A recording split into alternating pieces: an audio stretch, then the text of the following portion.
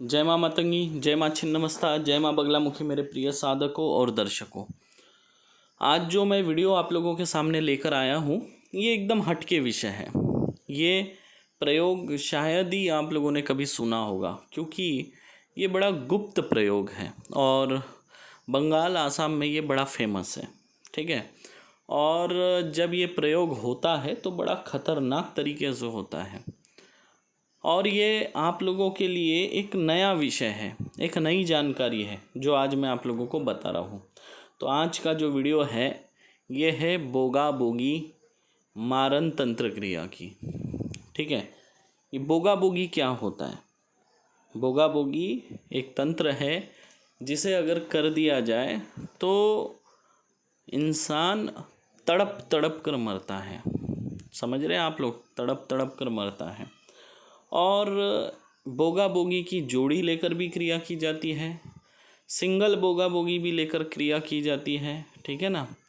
जैसे बोगा बोगी मतलब जोड़ी होती है, जैसे मेल फीमेल की, इसमें दोनों का भी उपयोग किया जाता है और सिंगल मेल या फीमेल का भी प्रयोग किया जा सकता है। लेकिन ये प्रयोग वैसा होता है जैसे कि एक मेल को पकड़ के रखा जाता है और फीमेल से काम कराया जाता है, या फीमेल को पकड़ के रखा जाता है और मेल से काम कराते हैं, उस तरह। तो ये जो क्रिया है ये मारन क्रिया एक तरह की और बड़ी प्रचलित है। इसमें ज़्यादा समय मिलता नहीं है बचाने के लिए, बहुत हो गया। बाण से थोड़ा कम होता है। ठीक है। बाण जो मारा जाता है, बाण में इंसान तुरंत मरता है, या हांडी जब उड़ा दी जाती है तो उसमें भी इंसान तुरंत भी मरता है और उसको समय भी मिलता है। क्योंकि क्या है, हांडी उड़ाने वाला व्यक्ति क्या करता है, अगर उसने बोला है कि तुरंत मारना है तो आदमी तुरंत मरता है। अगर वो समय देगा 2-3 दिन में तड़पा के मारो तो 2-3 दिन बाद मरेगा। तो ऐसे स्थिति में अगले इंसान को मौका मिल जाता है इलाज करने का। लेकिन अगर उसने बोला है तुरंत उड़ा दो तो आगे वाले व्यक्ति को मौका नहीं मिलता इलाज कराने का। लेकिन बोगा बोगी में ऐसा नहीं। बोगा बोगी में आदमी तड़प तड़प के मरता है और अगर समय पे इलाज हो जाए तो इंसान बच भी सकता है। लेकिन अगर आगे वाले ने बहुत ज़ोरदार प्रयोग किया हो तो इसमें मौत भी तुरंत भी हो सकती है। ठीक है। ये क्रियाएं जो है अक्सर जो है एकांत में की जाती हैं, जैसे नदी किनारा हो, शमशान हो, जंगल हो, या कोई वीरान पड़ा हुआ किला या कोई घर, ऐसे जगह पे बैठ के इसकी क्रिया की जाती है। घर में बैठकर इसकी क्रिया नहीं करते हैं बोगा बोगी करने वाले। लेकिन आज जो मैं आपको क्रिया बता रहा हूँ, अगर किसी के ऊपर बोगा बोगी की क्रिया हो गई है तो उसे आप लोग कैसे ठीक करें। तो आप लोग जो स्क्रीन पे फ़ोटो देख रहे हैं यही है बोगा या बोगी। अब ये फीमेल है या मेल है मुझे नहीं पता फ़ोटो के हिसाब से। ठीक है। तो हम मेल को बोगा बोलेंगे और फीमेल को बोगी, यानी बगला या बगली। ठीक है। अब इससे मारन प्रयोग कैसा होता है वो भी आपको बता दूं। ये जो आप बगला देख रहे हैं, बगले की चोंच और इसके पंख, ये दोनों चीज़ें लेकर किसी का पुतला बनाकर, आटे का भी पुतला हो सकता है, मिट्टी का भी हो सकता है, कपड़े का भी हो सकता है, या पैरों के नीचे मिट्टी ले जाकर उसका भी पुतला बना सकते हैं, या फिर फ़ोटो से भी होता है क्योंकि इसके कई प्रकार के मंत्र हैं। ठीक है। और बोगा बोगी काटने के भी कुछ 180 के आसपास मंत्र होते हैं अलग अलग।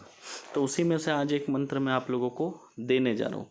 तो ये क्या करते हैं कि पुतला बनाते हैं और पुतला बनाने के बाद में जो मंत्र पढ़ के, बोगा बोगी का मंत्र पढ़ के, बगले की जो चोंच होती है वो चोंच पुतले के सीने में ऐसे दबा दी जाती है मंत्र से अभिमंत्रित करके। तो उससे आगे वाला व्यक्ति तड़प तड़प के मरता है।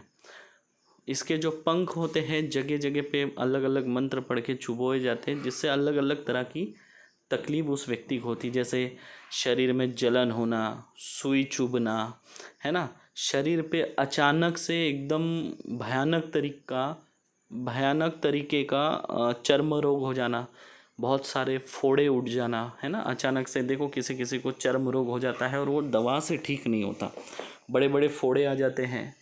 और कुछ लोगों के शरीर में बहुत सारी गांठें आ जाती है अंदर, मांसपेशियों के अंदर चर्बी की गांठें बन जाती है।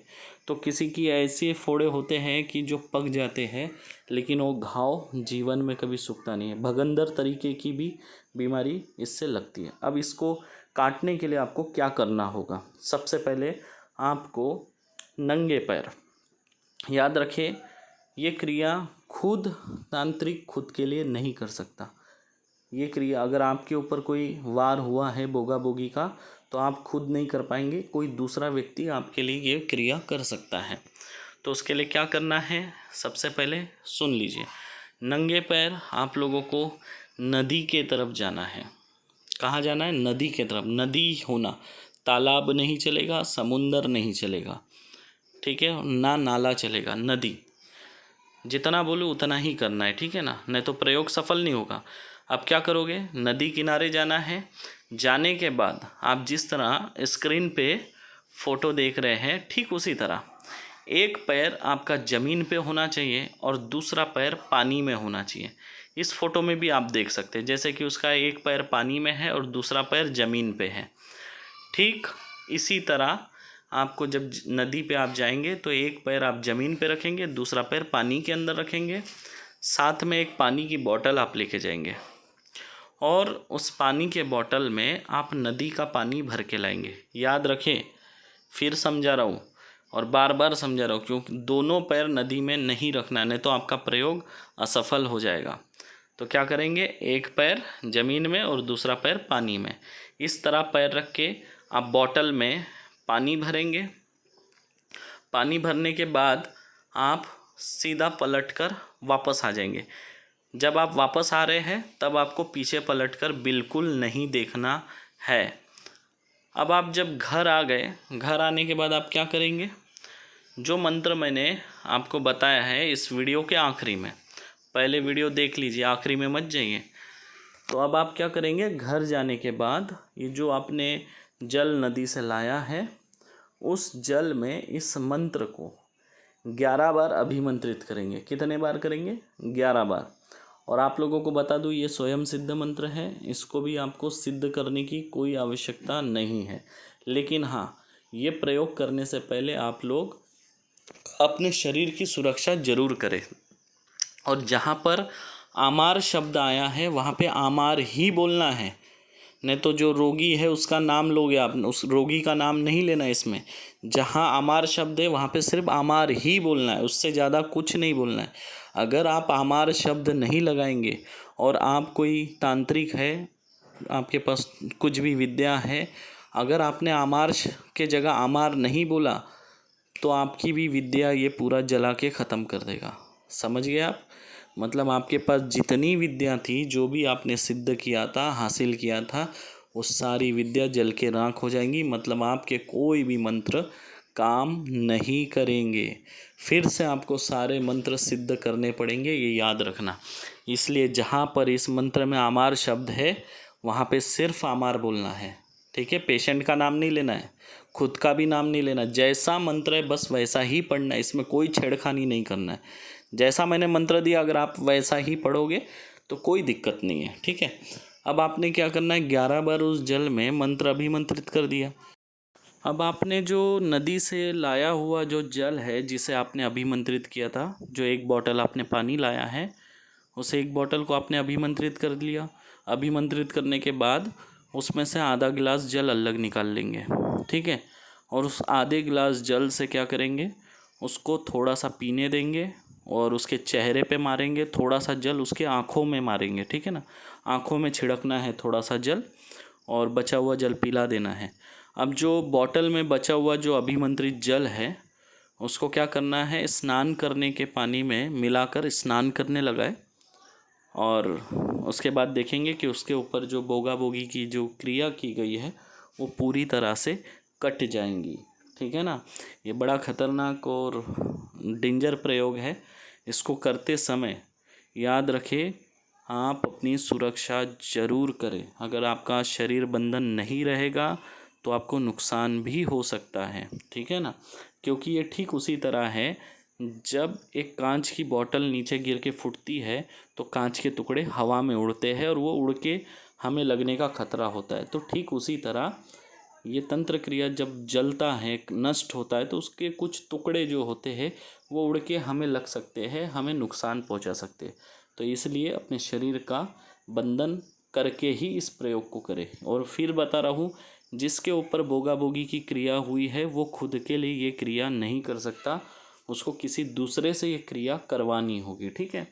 और ये रहा बोगा बोगी को काटने का स्वयं सिद्ध बंगाली मंत्र। फिर से मैं आपको बता दूं, इसमें लिखा है, देखो, आमार गुण थुए, मतलब मेरा गुण छोड़ के बाकी सबका गुण काट दो। अगर यहाँ पे आपने आमार नहीं बोला तो ये आपका भी गुण काट देगा, मतलब आपकी भी विद्या काट देगा। फिर आपको आपके सारे मंत्र फिर से सिद्ध करना पड़ेगा। मैं इसलिए बार बार समझा रहा हूँ क्योंकि आपका नुकसान नहीं होना चाहिए, है ना। मैं हमेशा वीडियो को इस तरह बनाता हूँ, एक नहीं, दो बार नहीं, चार चार बार समझा के बताता हूँ, ताकि आपसे कोई गलती ना हो, आपका कोई नुकसान ना हो। इस बात पे मैं ज़्यादा जोर देता हूँ। मैं कभी कोई मंत्र के शब्द छुपाता नहीं हूँ, जैसा मंत्र है सब देता, क्योंकि मेरे मंत्र स्वयं सिद्ध है। आप लोगों ने प्रयोग किया है, आजमाया है, और आपको मालूम है बंदूक की गोली की तरह मेरे मंत्र काम करते हैं।